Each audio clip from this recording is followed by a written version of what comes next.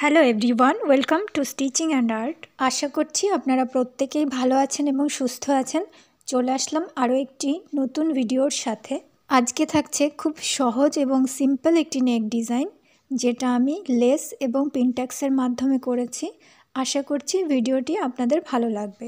তাহলে চলুন ভিডিওটি শুরু করা যাক। এখানে আমি কামিজের ফ্রন্ট পার্টটি নিয়ে নিয়েছি। কামিজটি কাট করা আছে আর শোল্ডার রয়েছে 6.5 ইঞ্চি। এখন এখানে আমি 5 ইঞ্চি চওড়া এবং 12 ইঞ্চি লম্বার একটি পেপার পেস্টিং নিয়ে নিয়েছি। এই পেপারটিকে একটি কাপড়ের ওপর আয়রন দিয়ে প্রেস করে নিতে হবে। আপনারা যদি পেপার পেস্টিং ইউজ করতে না চান, তাহলে শুধুমাত্র 5/12 ইঞ্চি মাপের একটি কাপড় কেটে নিয়ে তার উপরে ডিরেক্টলি পিনটাক্স বসাতে পারেন। এই পেপারটিকে কামিজের যেই কালার রয়েছে সেই কালারের কাপড়ের ওপরে আমি বসিয়ে নেব। আপনারা চাইলে ডিফারেন্ট কোনো কাপড়ের ওপরেও বসাতে পারেন। এখন গলার মেন প্যাটার্নটি কাট করার জন্য এখানে আমি আরেকটি পেপার পেস্টিং নিয়ে নিয়েছি। এটা মাঝ বরাবর একবার ভাঁজ করা রয়েছে। আপনারা চাইলে এখানে বক্রমও ব্যবহার করতে পারেন। এখানে নেকের চওড়া রাখছি 3 ইঞ্চি আর ডিপ রাখছি 5 ইঞ্চি। এপাশ থেকে আমি প্রথমে 5 ইঞ্চিতে মার্কিং করছি, তারপরে ফোল্ডেড সাইড থেকে নিচের দিকে আমাদেরকে 7 ইঞ্চিতে একটি মার্কিং করতে হবে আর 5 ইঞ্চিতে আরেকটি মার্কিং করতে হবে। এখন 5 ইঞ্চি পর্যন্ত আমরা প্রথমে একটি বক্স তৈরি করে নেব। এবার 5 ইঞ্চি দাগটি থেকে ভেতরের দিকে 1/2 ইঞ্চিতে একটি মার্কিং করে এই মার্কিং থেকে শুরু করে ওপরের নেকটা আমরা রাউন্ড শেপ দিয়ে নেব। আর নিচের দিকে 7 ইঞ্চির পয়েন্ট পর্যন্ত ভি শেপ তৈরি করে নিতে হবে। এবার এই প্যাটার্নটির বাইরের দিকে 1 ইঞ্চি এক্সট্রা সেলাই মার্জিন নিয়ে নেব আর এই মাপ অনুযায়ী আমরা কেটে নেব।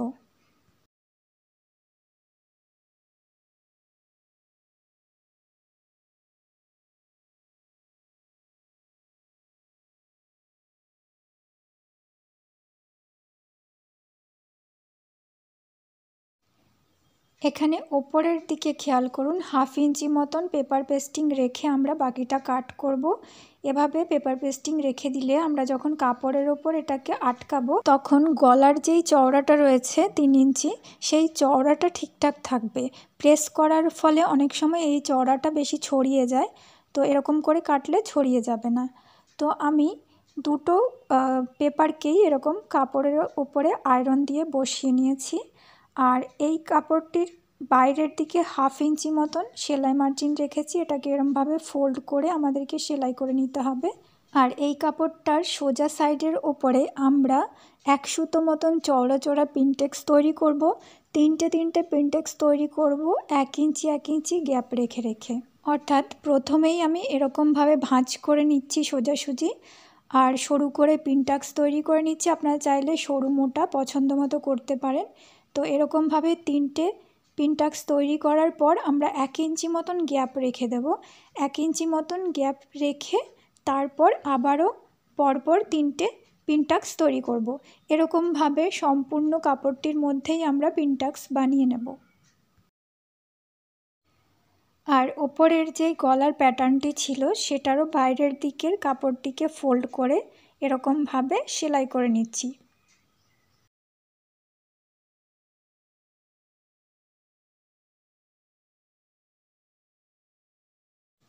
তো এবার এই কাপড়টিকে আমরা মাঝ বরাবর ভাঁজ করে নেব এবং 2 ইঞ্চিতে মার্কিং করে বাকি এক্সট্রা কাপড়টাকে কেটে বাদ দিয়ে দেব।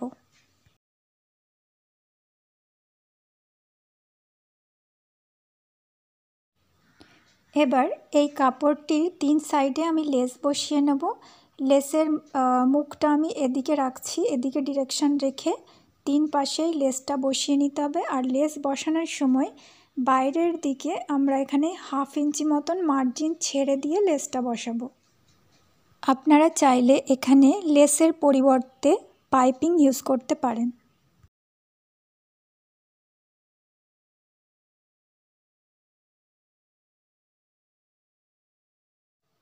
এখন লেসের ডিরেকশনটাকে এরকমভাবে ফোল্ড করে বাইরের দিকে পাঠিয়ে দিতে হবে আর এক্সট্রা কাপড়টিকে ভেতরের দিকে ফোল্ড করে দিয়ে এর ওপরে চাইলে আয়রন করে নিতে পারেন বা চাপ সেলাই দিয়ে নিতে পারেন।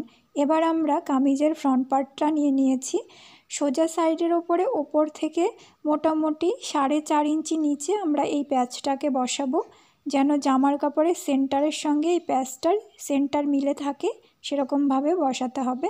আর এরকমভাবে ফোল্ড করে এক্সট্রা কাপড়টাকে ভেতরে পাঠিয়ে এর ওপর দিয়ে সেলাই করে নিতে হবে। ওপরের কাপড়টি যাতে সরে না যায় সে কারণে আমি মাঝ বরাবর পিন লাগিয়ে নিয়েছি। আপনাদের কাছে যদি পিন না থাকে তাহলে মাঝ বরাবর প্রথমে বড় 4-এর রাফ স্টিচ দিয়ে নেবেন, তাহলে প্যাচটা ঠিকঠাক মতন জামার কাপড়ের সঙ্গে লাগবে, আঁকাবাঁকা হয়ে যাওয়ার সম্ভাবনা থাকবে না। আর পরে সেই রাফ স্টিচটাকে খুলে নিতে হবে। এবার ওপরের গলার প্যাটার্নটি নিয়ে নিয়েছি, মাঝ বরাবর ভাঁজ করে একটি পয়েন্ট করে নিয়েছি সেন্টারে।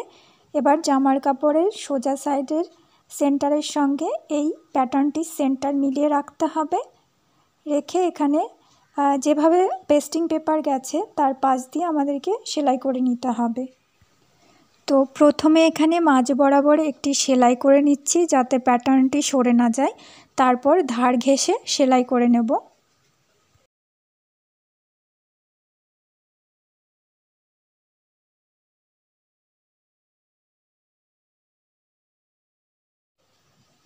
এবার সেলাইয়ের বাইরে 1/2 ইঞ্চি মতন কাপড় রেখে বাকিটা কেটে বাদ দিয়ে দেব। আর সেলাইয়ের বাইরের দিকে ছোট ছোট কাটস বসিয়ে নেব, যার ফলে এই প্যাটার্নটি পেছনের দিকে খুব সহজে টার্ন হয়ে যাবে। এবার এই পেস্টিংয়ের কাপড়টিকে উল্টো সাইডে টার্ন করে দিয়ে সোজা সাইডের ওপরে একটি টপ স্টিচ বসিয়ে নিতে হবে। তারপর এখানে আমি লেসটি নিয়ে নিয়েছি, আর যেরকমভাবে নেকের প্যাটার্ন গেছে ঠিক সেরকমভাবে সোজা সাইডের ওপরে এই লেসটি বসিয়ে নেব।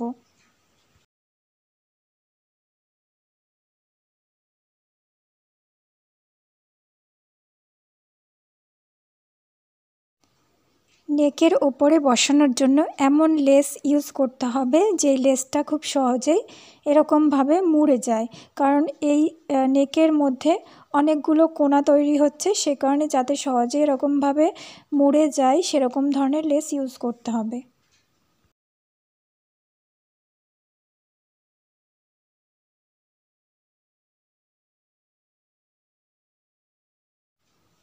তো এবার মাঝখানে বসানোর জন্য আমি এরকম আরেকটি লেস নিয়ে নিয়েছি।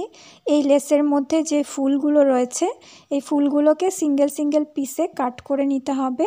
আপনাদের কাছে যদি এরকম কোনো লেস না থাকে তাহলে আপনারা এখানে শো বাটন ইউজ করতে পারেন। তো এই ফ্লাওয়ারগুলো কেটে নিয়েছি আমি। পিনটাক্সের যে ডিজাইন রয়েছে তার উপরে আমি এরকমভাবে ফ্লাওয়ারগুলো বসিয়ে নেব।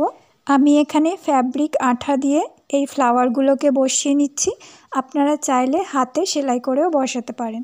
আজকের ভিডিওটি ভালো লাগলে অবশ্যই লাইক, কমেন্ট এবং শেয়ার করবেন। ভিডিওটি প্রথম থেকে শেষ পর্যন্ত দেখার জন্য অসংখ্য ধন্যবাদ।